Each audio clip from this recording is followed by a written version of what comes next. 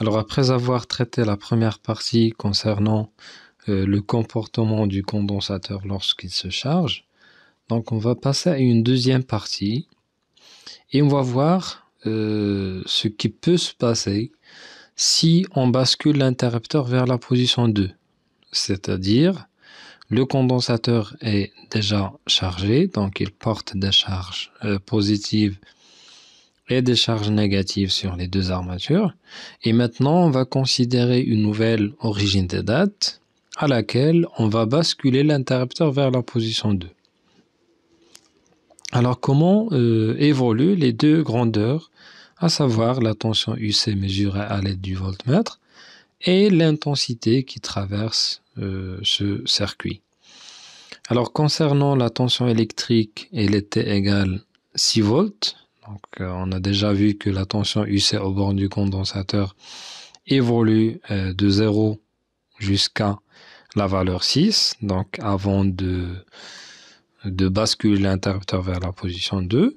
Mais après avoir basculé l'interrupteur vers la position 2, la tension UC commence à diminuer à partir de cette valeur. Alors, une remarque très intéressante à saisir, c'est que UC de t, ou bien une fonction temporelle, est une fonction continue. Est une fonction continue, donc il faut faire attention à cette information. Alors, pour l'intensité, l'intensité était égale 0 parce qu'au cours de la charge du condensateur, la tension commence à partir d'une valeur initiale non nulle, maximale, et l'intensité diminue jusqu'à ce qu'il s'annule. Donc, après avoir atteint ce qu'on appelle le régime permanent dans la première partie, donc ce qu'on va voir, c'est l'évolution de l'intensité I au cours ou bien lorsqu'on bascule l'interrupteur vers la position 2. Alors, cette intensité, d'après les mesures, varie d'une valeur négative avec une valeur I0 négative et commence à augmenter jusqu'à atteindre 0, bien sûr.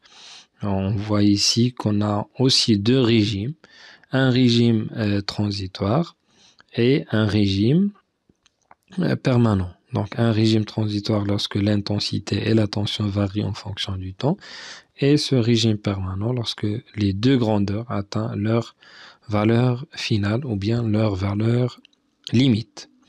Alors, on a saisi une information concernant la tension UC. Donc, qu'est-ce qu'on peut dire de cette grandeur physique, donc qui est l'intensité? Alors, on constate que l'intensité varie d'une façon instantanée d'une valeur à une autre. On peut dire que l'évolution temporelle de l'intensité n'est pas continue, ou bien c'est une fonction temporelle discontinue. C'est une fonction discontinue.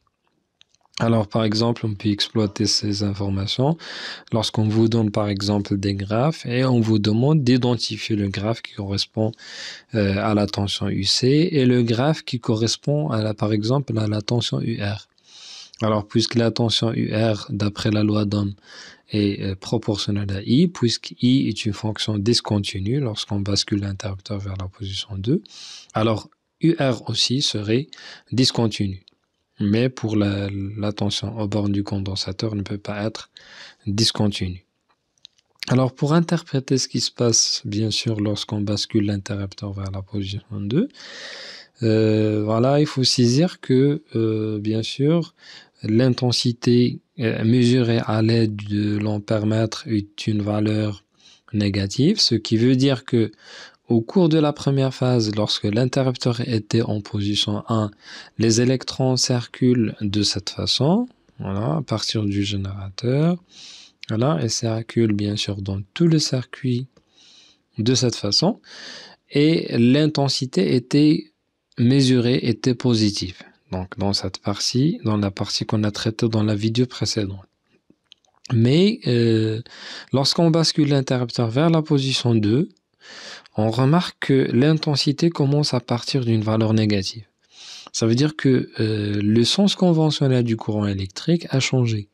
Autrement dit, les électrons ont changé de sens.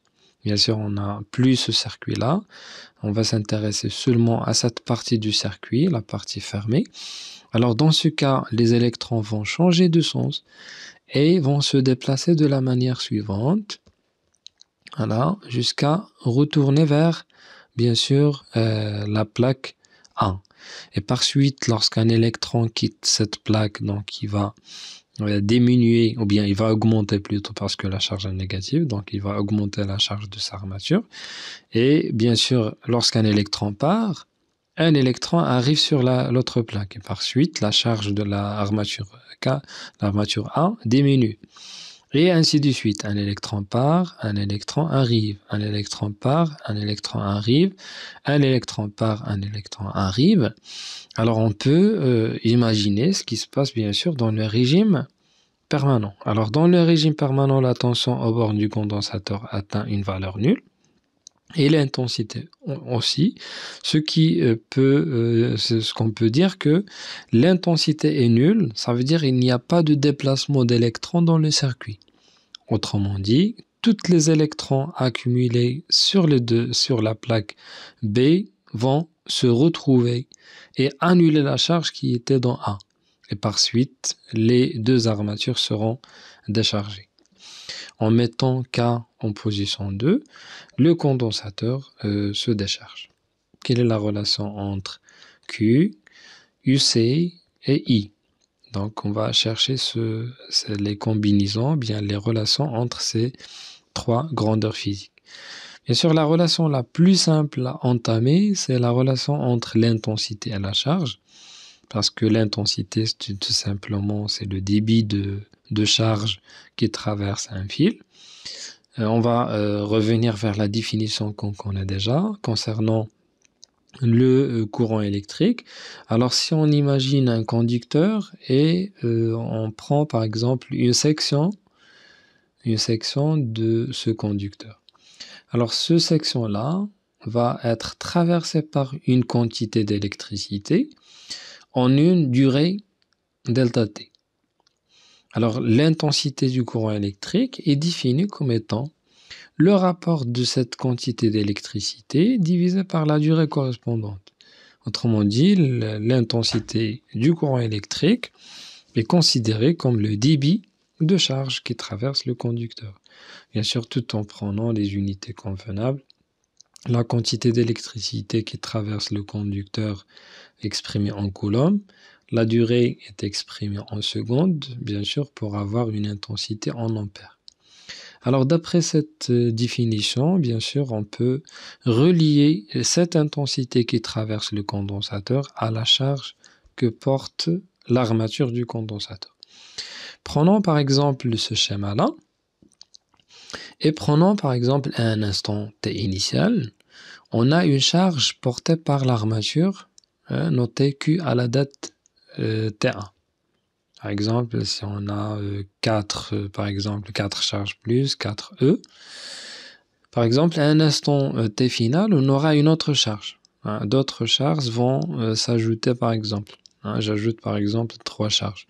Donc, il devient 7E. Donc, d'après cette variation, on peut déduire la quantité d'électricité qui a traversé ce fil. Alors, puisque les électrons, bien sûr, qui venant de ce côté-là, vont s'arrêter sur l'armature, donc les autres vont quitter cette plaque, c'est-à-dire que la quantité d'électricité ayant traversé la section de ce fil-là, bien sûr, c'est une quantité d'électrons qui porte une charge qui représente la différence, 7 moins 4E. Donc, autrement dit, pendant la durée de T initial à T final, la quantité d'électricité qui traverse ce conducteur-là, bien sûr, c'est tout simplement Q à la date T finale moins Q à la date T initiale. Alors, je vais reproduire ça. Alors, on peut dire que pendant la durée delta T égale T finale moins T initiale, la quantité d'électricité ayant traversé le conducteur, c'est Q à la date T finale moins Q à la date T initiale. Et par suite, on a déjà l'intensité du courant électrique, c'est la quantité d'électricité divisée par la durée correspondante. Et on peut, si on calcule cette valeur sur un intervalle de temps très grand, bien sûr, on va parler d'une intensité moyenne. Si on veut une intensité instantanée, bien sûr, il faut prendre une durée qui tend vers 0. Et par suite, on va remplacer le delta Q par dq pour exprimer une variation infinitésimale de charge. Et dt, je vais la remplacer par, plutôt delta t, je vais la remplacer par dt pour un intervalle de temps très réduit. Et par suite, l'intensité instantanée serait exprimée comme dq sur dt. Alors, cette écriture, bien sûr, montre que l'intensité, ce n'est que la dérivée de la charge portée par l'armature du condensateur. Alors, on a déjà vu que la charge du condensateur peut augmenter et peut diminuer. On a déjà vu la charge du condensateur et la décharge. Alors, si cette charge augmente, la dérivée serait positive et par suite, le I, ou bien la valeur de I, donc on ne va pas utiliser une intensité moyenne, mais on va utiliser une notation qui indique l'intensité instantanée. Alors, si la charge Q augmente, on aura une valeur de I positive. On a déjà vu ça dans le graphe qui représente l'intensité du courant électrique en fonction du temps. Au cours de la charge, l'intensité est positive.